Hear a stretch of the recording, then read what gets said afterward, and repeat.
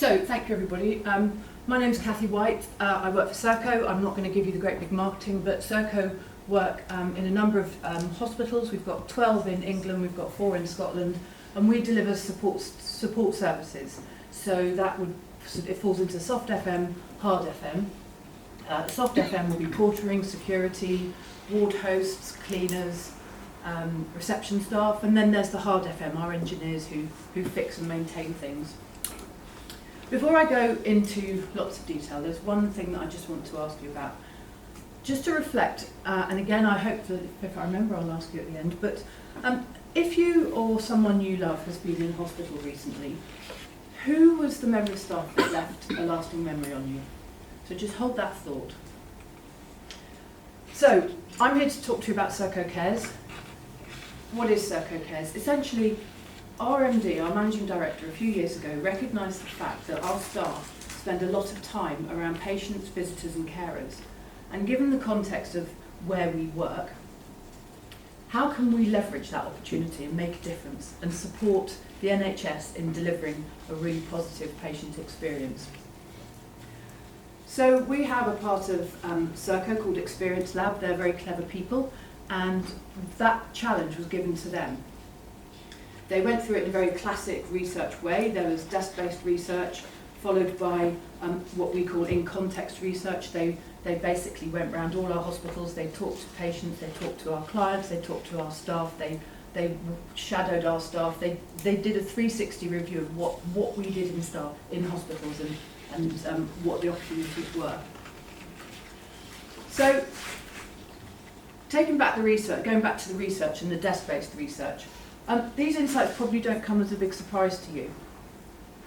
That social support and positive interactions are linked to a positive mental attitude. And when people feel positive, they get better quicker.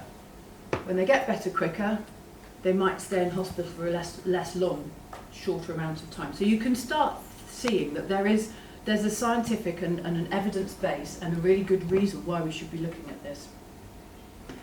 Again, it's not anything that came as a surprise, but clinical staff are under increasing pressure. Our staff may have more contact with patients than some clinicians, certainly doctors and even some nurses. So we do have an opportunity here to be a really active part of delivering positive patient care. And this is no reflection on clinical staff at all, but sometimes someone who may have a question that isn't related to their clinical care may feel more comfortable asking it of someone who isn't a nurse, a cleaner, a ward host, someone who's taking their order, a porter. And also, as we know, when staff are happy, they deliver a more positive service. So, what Experience Lab came up with is the fact that we needed to look at a cultural change programme. And it wasn't just about cultural change amongst our staff, but some of it was about a cultural change about our staff. So it's within and in terms of how they're perceived. So we've just put our sort of opportunities that we identified into 3 separate buckets. We could contribute to better care in terms of the positive mental attitude and the experience of patients. A better environment. If we can get closer to clinicians and work as one team, then we reduce the risk of people not talking and being open about things they have concerns around. We can start to work collaboratively, and that's not to say it doesn't happen already. We've got some amazing relationships, but it doesn't happen universally. Reduced system hierarchy. I don't think I'm unusual in thinking the NHS is quite hierarchical. And it's quite a difficult organisation if you are in a role that's at the bottom of that hierarchy. And then we're looking at better value in terms of we can hopefully influence efficiency. And for us and for anyone, you know, what I'm saying is relevant to whether or not these staff or our support staff are employed by us or by the NHS. It's irrelevant. But if you've got happy staff, you've got reduced short-term sickness, you've got staff who hopefully feel engaged and stay longer. And then when you need them to go the extra mile, they're more likely and willing to do so. So, put all that together, our staff have a real opportunity to make a difference to how patients are feeling. And so Experience Lab were promoting that we needed to do something that changed mindset, something that was different, something that wasn't perhaps what we would see as normal and what most organisations would see as a sort of corporate initiative. It needed to feel different. And that's how Serco Cares was born. It's all about connecting with the emotional side of what we do and where we do it. It's about the fact that we can have a real impact on the way people are feeling. And it's also very innovative, we like to think. So what are the goals? It's basically looking at making our staff realise that they have an impact, and what they do and how they choose to do it can make a real difference. There's a part of it that celebrates what they do as well. As I say, we've got staff that do amazing things. They do the big things, they've saved lives, they've made people feel much more positive, but on a day-to-day basis, they also do amazing stuff. They sing to patients on dementia wards to encourage them to eat.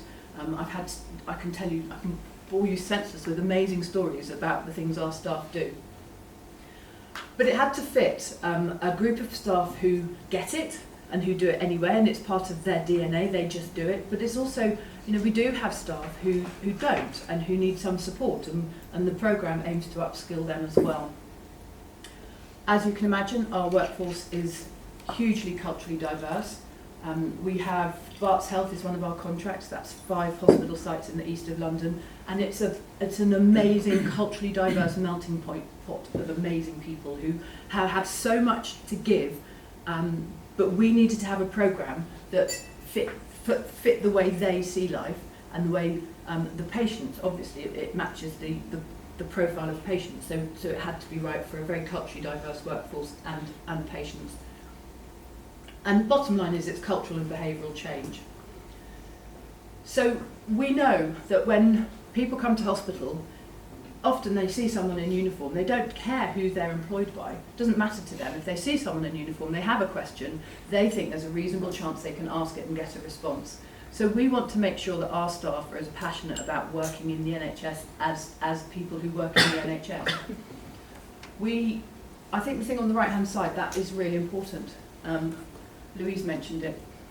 In workshops, we do have sometimes where staff say, oh, well, I just did this, I'm just a porter.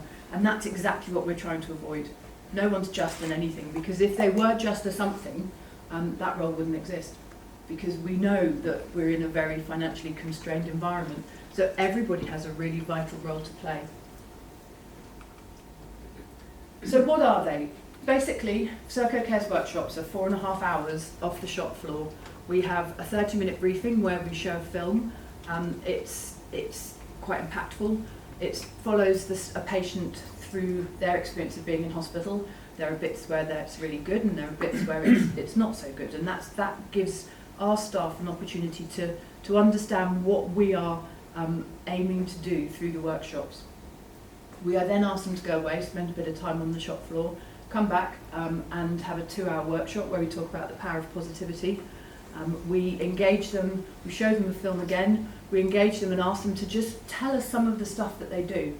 And some of the stuff they do is fantastic. And that gets them that feeling about a better understanding, that recognising that the value of what they do and the environment that they do it in.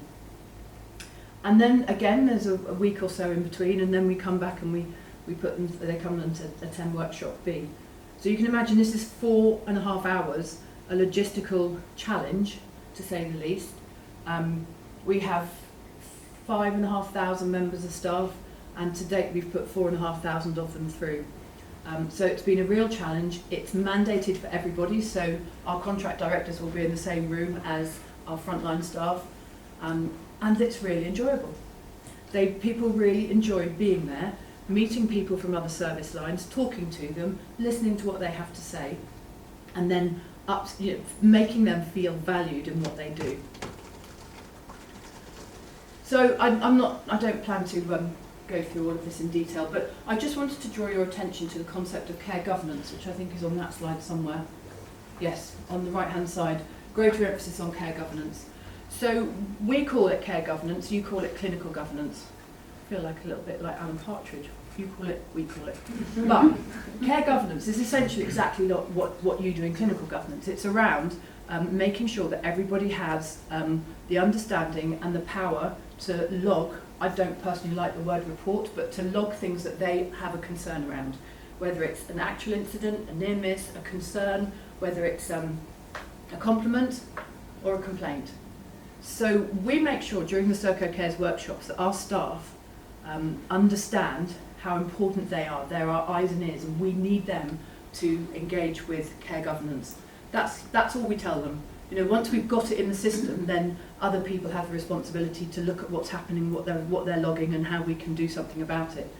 But just to give you an indication of how successful we've been, this year, just for health and safety observations, Serco has the bit I work in has 5 separate business units: health, defence, transport, justice and immigration. This year we've logged 10 times more observations than the next highest number across all of our business units. And bearing in mind justice and immigration is a really challenging business to work in, that for us is a real example of success. So this is a quick update from when I talked to you and when we were so incredibly chuffed to have won the award. But what we really don't want to do is make SoCo Cares last year's thing. You know, people go on customer care training, they think great, and then I think a lot of businesses are very guilty of having an initiative and it just kind of happening for a year and then going a little bit flat. With SoCo Cares, what we do is once we've got 85% of our staff through the workshops at any one site, we set up a working group. Part of the SoCo Cares workshops asks our staff about ideas that can make a difference to patient experience, and that's the tool that the working group work on. We've had sites where we've had 300, 400 ideas. We can consolidate those into separate ideas. We've got a group of frontline staff who are supported by management to say, right, what are we going to do? And we've done some really incredible things, which hopefully some of which might be submissions for next year's Patient Experience Awards. But just to give you an idea, we've had, very early on, one of our contracts said it would be really nice to be able to take patients outside and get some fresh air. And we took it to the NHS and they said we can't do that because the courtyard's only got one exit, it's a health hazard, it's a risk, it's a this, it's a that. But we gently pushed away and pushed at that door and gave them some justification and legitimate reasons why we think it could happen. And now we have developed, we got a donation from a local garden centre, a working group of NHS staff, our staff and the garden centre, and we have dementia-friendly courtyards in that hospital. We've opened up a hairdressing salon in a hospital. We've done, what else we've done? We've put picnic benches outside. We're looking at whether or not another trust of ours would accept that we could start a volunteering scheme to just spend time with patients, because that's what they want. The patients who are lonely just need a little bit of time. They just need time. They need to be talked to, read with, poetry, quizzes. We've got a member of staff at James Cook Hospital who's put together 20 quizzes that we can just give out to patients who look like they could do with something to stimulate their brain. I won't go on, but the working group is our way to maintain and make sure that Serco Cares becomes part of our DNA. So, just to summarise really, we've had over 2,000 ideas, we've implemented over 100, we're working on 60 plus. At this time we had put 4,000 people through the workshops. That's our managing director. So that just shows it is absolutely led from the top. I'd just like to draw your attention to the bottom left quote. So this is a guy called Steve New, who's a professor at Oxford Saïd Business School. And we said to him, come along, see what you think. And he was blown away by them.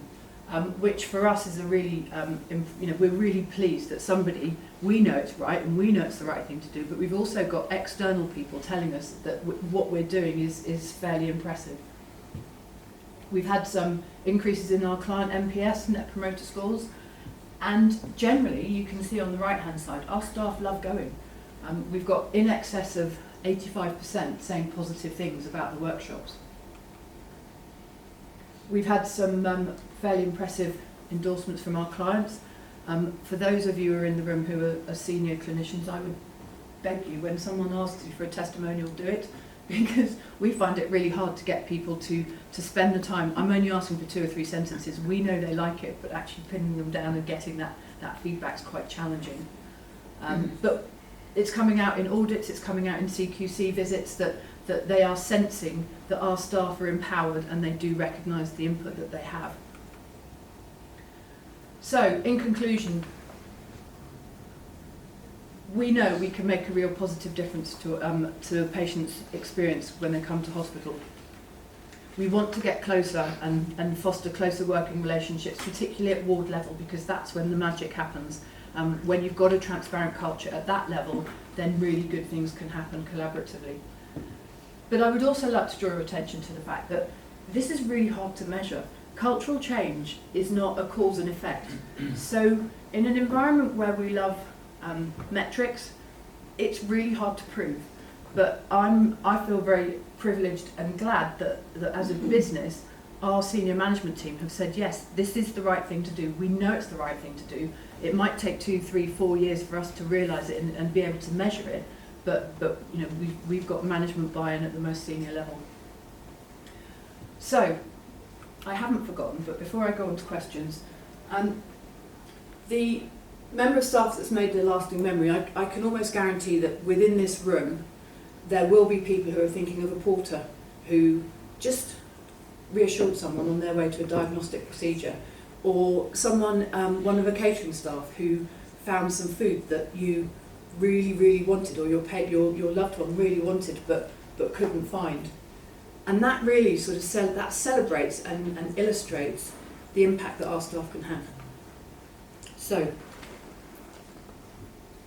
any suggestions why I've bought a cup? It happens to be branded Serco, but it doesn't have to be branded Serco. Okay.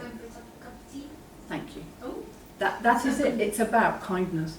It's about just that opportunity when you ask someone if you want a cup of tea, or you look at a long-term patient and you know their name, you know that they like tea, they don't like coffee, they like sugar, they like it hot, they like a lot of milk, a little bit of milk. It's just taking the time to look at that patient, understand that patient, get to know them, and make them realise that you really do care about them. That's me done. I don't know if I went over 10 minutes. I apologise. No, you were absolutely fine.